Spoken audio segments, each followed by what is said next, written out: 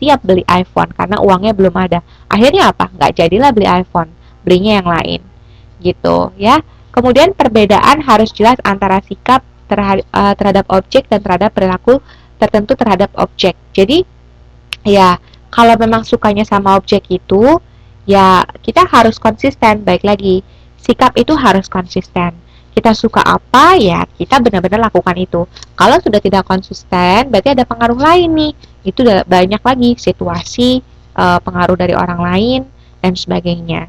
Konsumen sering dipengaruhi persepsi tentang apa yang dipikirkan oleh orang lain. Nah, ini yang baru tadi saya bilang. Mbak ini ya, Mbak Samsia tuh lagi galau. Beli HP apa ya? Sony, Samsung, iPhone, atau pilih apa ya? LG, misal gitu ya. Bingung deh. Nah, kata Mbak Jueria, Sony cakep tuh, tahan banting, kata Mbak Jueria gitu ya. Kata Mbak Anis, jangan-jangan iPhone aja. Akhirnya karena mungkin Mbak Samsiatul deketnya sama Mbak Jueria, lebih banyak ngomongnya sama Mbak Jueria nih. Akhirnya udah belinya Sony deh, kayak gitu. Nah, ini dipengaruhi oleh orang lain. Seperti itu. Jelas ya? Saya lanjut ya. Kalau teman-teman ada yang mau tanya, langsung aja ya. Nah, ini seru juga nih. Saya mau cerita juga tentang teori yang terkait dengan sikap. Ceritanya cepat aja, singkat aja ya, supaya karena kita juga sudah kehabisan waktu. Nah, jadi dulu ya, kalau teman-teman ingat, ada Ajinomoto. Desas-desusnya Ajinomoto itu mengandung babi.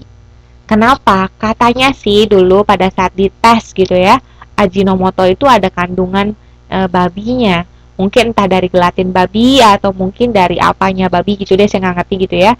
Nah, jadi sampai bahkan majalah Tempo di tahun 2001, udah lama banget ya ini ya, udah belasan tahun yang lalu ya, tapi sempat. Kalau teman-teman masih ada di Indonesia dan ingat, mungkin masih ingat juga nih kejadian ini, desas-desus ini. Tempo bilang Ajinomoto tuh halal atau haram jadinya. Karena bayangin, Ajinomoto itu dipakai dari zaman nenek saya, masih muda kali ya. Udah lama banget dipakai buat masak keluarga gitu kan. Dan Indonesia itu mayoritas adalah muslim, tidak makan babi gitu kan, tidak boleh mengandung makanan yang mengandung babi. Nah, terus nih gimana nih? Berarti sama nih saya pakai Ajinomoto, terus kebetulan sekarang Ajinomoto desas-desusnya mengandung babi, saya makan makanan haram dong. Ya dong. Nah, akhirnya penjualan Ajinomoto drastis jatuh habis-habisan. Kenapa? Orang nggak percaya lagi. Ada Sasa, pesaingnya kan ada Sasa ya, ada merek-merek lainnya gitu. Jadi, apa namanya, Ajinomoto sudah tidak dipercaya lagi. Ya, orang udah nggak mau lagi deh, nggak halal gitu kan. Gimana ya, Ajinomoto pusing dong. Gimana ya supaya saya membangkitkan trust, membangkitkan kepercayaan dari konsumen. Akhirnya, ya pasti dong diubah dong, dicek lagi kandungannya, jangan sampai ada yang mengandung babi, dan bersertifikat halal, dan buatlah dia iklan. Iklannya pakai Deddy Miswar. Deddy Miswar kan terkenal ini ya, sebagai sosok seorang apa ya, bapak misalnya kayak bapak keluarga yang baik, beliau juga muslim yang baik gitu kan. Jadi supaya ulama pula ya, benar ya Mbak Juaria ya, ulama pula. Jadi supaya membangkitkan kepercayaan masyarakat Indonesia terhadap Ajinomoto bahwa oh, Deddy Miswar aja makan Ajinomoto, iya dong, masa kita nggak makan, berarti udah bener nih. Nah gitu apa namanya, Deddy Miswar ini haji gitu kan ya, masa iya dia juga mau mengiklankan sesuatu produk yang tidak halal, atau tidak mungkin, bener nggak? Jadi timbullah rasa kepercayaan dari masyarakat untuk apa? Untuk beli Ajinomoto lagi gitu. Nah, terbukti dari apa? Terbukti dari banyaknya award yang diperoleh oleh Ajinomoto setelah itu. Misalnya award mungkin apa namanya, penyedap rasa yang terbaik ya kan, banyak penjualannya, dan ada tulisan ini, eat well, live well. Jadi Ajinomoto sekarang sudah punya moto gitu kan, eat well, live well. Jadi makan baik ya hidupnya juga baik gitu. Walaupun kita sebenarnya tidak disarankan makan mecin pastinya dong, kan tidak baik ya. Tapi Ajinomoto mau bilang kalau pakai Ajinomoto itu makanan jadi enak loh gitu kan. Ya, makan enak ya hidup juga enak gitu. Jelas ya. Jadi di sini teori kongruitas bahwa inilah sikap. Ternyata ya, desas-desus rumor bisa loh merubah sikap. orang jadi nggak mau beli lagi Ajinomoto. Terus gimana cara merubah sikap orang dari yang berpikir Ajinomoto itu haram jadi halal? Gimana? Yaitu tadi diubahlah persepsi orang melalui ya ini pakai tokoh si Deddy Miswar, pakai iklan, ya kan? Baru timbullah kepercayaan lagi, sikap percaya lagi, sikap mau membeli lagi, sikap suka lagi. Jelas ya? Oke. Kemudian kita bahas mengenai teori ABC. Nah, kalau teori ABC ini A, B, C. Bukan kayak Doremi ya, kayak Budi Doremi nyanyi Budi Doremi, tahu dong ya teman-teman ya. bukan itu ya. A kan kalau Doremi gimana lagunya? Uh, Aduh pokoknya tiap huruf itu tiap do itu apa gitu. Mi-nya apa gitu. Nah sama nih teori ABC. A itu afektif yaitu sikap. Kemudian B itu behavior yaitu perilaku. C itu kognitif yaitu kepercayaan. Contohnya, saya pakai contoh kosmetik ya. Oke. Nah, jadi adanya kepercayaan kalau gini. Kita sebagai perempuan, benar nggak? Ya dong. Kita sebagai perempuan percaya bahwa cuci muka itu perlu. Iyalah mbak, iyalah teman-teman, iyalah. Hari ini nggak ada cowok ya. Saya nggak mau manggil mas, tapi nggak ada nih kayaknya. Ya udah nggak apa-apa, berarti mbak aja deh semuanya mbak-mbak nih ya. Oke. Nah, ya kan Mbak Juaria, Mbak Iis, ya kan Mbak Nurella, Mbak Anis, kita perempuan butuh pencuci wajah. Kenapa? Kita seharian dari luar kotor, ya nggak sih? Butuh kan cuci wajah buat bersihin wajah kita dong dari kotoran apa semua segala. Kita sadar, kita percaya bahwa kita butuh pencuci wajah. Nah, setelah kita percaya bahwa kita butuh pencuci wajah, kebetulan banget saya lihat iklan Pond's, ya kan? Wih, di iklan Pond's kayaknya menarik banget gitu ya. Kenapa? Karena aduh, produknya aja cantik, warnanya pink, putih, perpaduan pink sama putih bagus banget ya kan? Apalagi ya kan iklannya BCL, aduh sama Ashraf Sinclair suaminya gitu ya, cocok banget, cocok deh pokoknya. Udah gitu iklannya bagus banget lagi, ada ceritanya si BCL gimana pas ketemu sama si Ashraf terus pakai pakai Pond's gitu kan. Wah udah deh, saya suka banget deh sama iklan ini gitu kan. Saya ngefans sama ya sama selebritinya, kemudian saya suka lihat produknya bagus, saya butuh pula yang namanya cuci wajah. Akhirnya apa sikap saya belilah Pond's pencuci wajah. Jadi di sini teori ABC mau bilang kalau ternyata ada keyakinan dulu kita butuh itu. Kemudian timbul rasa suka, entah suka sama iklannya, entah suka sama artisnya, gitu, entah suka lihat produknya, baru kita mempunyai sikap untuk membeli, behaviornya kita muncul. Jelas ya? Sampai sini ada pertanyaan? Saya rasa jelas ya dari ceritanya ya. Oke, kalau nggak jelas teman-teman bisa baca di buku, di modulnya juga sudah jelaskan ya. Oke, kemudian lagi teori keseimbangan. Nah, jadi di sini cerita tentang bakso nih teman-teman.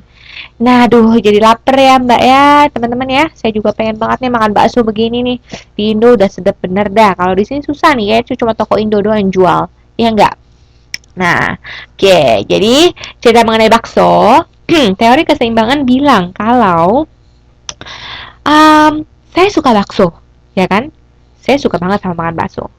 Tapi saya nggak suka sama formalin. Iyalah, siapa juga yang suka sama formalin? Bener nggak? Formalin itu kan terkenal buat ngawetin mayat. Tahu kan ya teman-teman ya? Gak cuma buat ngawetin mayat doang. Cuman formalin itu memang terkenalnya tidak bagus lah gitu ya buat kesehatan. Tidak boleh makan makanan yang mengandung formalin gitu kan. Nah, Cristiano Ronaldo. Oh, iya dong. Wah, dia kan pernah datang ke Indonesia. Saya rasa dia pernah tuh makan bakso juga ya gitu. Nah, jadi cerita tentang teori keseimbangan ini bakso, tapi saya suka makan bakso, tapi saya tidak suka makan formalin. Nah, tapi untuk mengetahui bakso yang berformalin tuh nggak gampang. Nih kalau buktinya nih katanya sih kalau kenyal-kenyalnya beda itu pasti mengandung formalin katanya. Jadi hati-hati ya teman-teman kalau makan bakso terus rasa kenyalnya tuh berbeda, boleh dicek lagi tuh baksonya seger nggak seger, mengandung formalin atau enggak tuh rasanya mungkin beda gitu ya. Nah, jadi di sini Ada 3, saya suka makan bakso, saya tidak suka mengandung makanan yang mengandung formalin, dan untuk menyeleksi bakso yang ada formalinnya itu nggak gampang. Saya pada akhirnya hanya bisa memilih 3, yaitu apa? Saya nggak makan bakso sama sekali karena saya tahu bahwa zaman sekarang banyak bakso mengandung formalin. Ya walaupun nggak semua sih, tapi udahlah akhirnya saya putusin nggak deh, nggak mau makan bakso lagi deh, gitu kan? Kenapa? Karena takut mengandung formalin gitu kan?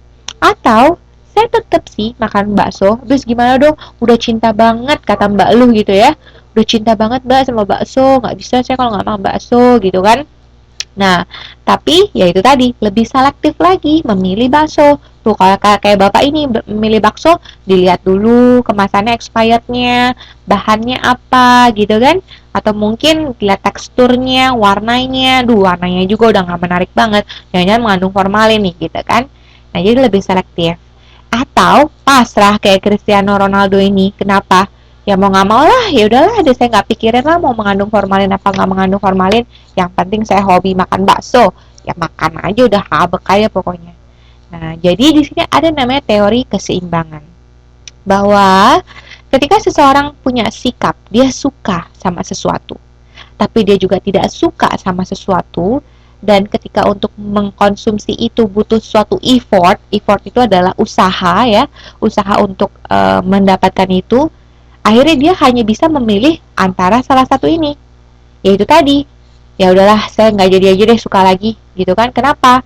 Karena dia dihadapkan pada pilihan yang sulit, akhirnya dia pilih yang ini, atau dia memilih cara yang lebih sulit tapi dia tetap bisa menikmati apa yang dia suka, atau yaitu tadi usowe, kalau bahasa Madanya setahu saya usowe ya, jadi nggak peduli lah, bodo amat, seperti itu ya. Jelas ya teman-teman ya. Jadi di sini bahwa manusia itu dalam bersikap ternyata ribet loh. Ternyata punya banyak, saya suka ini, tapi saya juga tidak suka ini. Gimana dong ya? Harus pilih yang mana ya?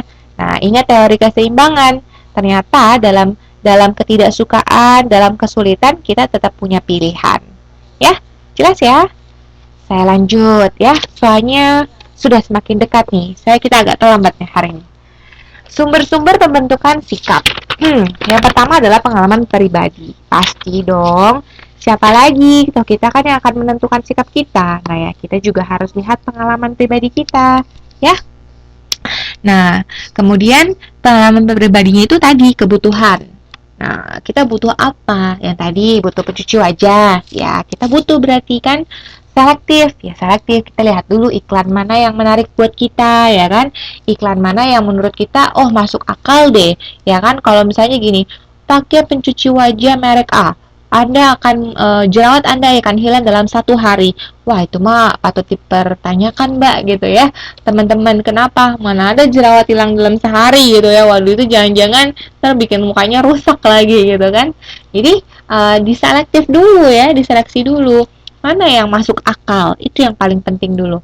Bukan menariknya dulu deh, masuk akalnya dulu.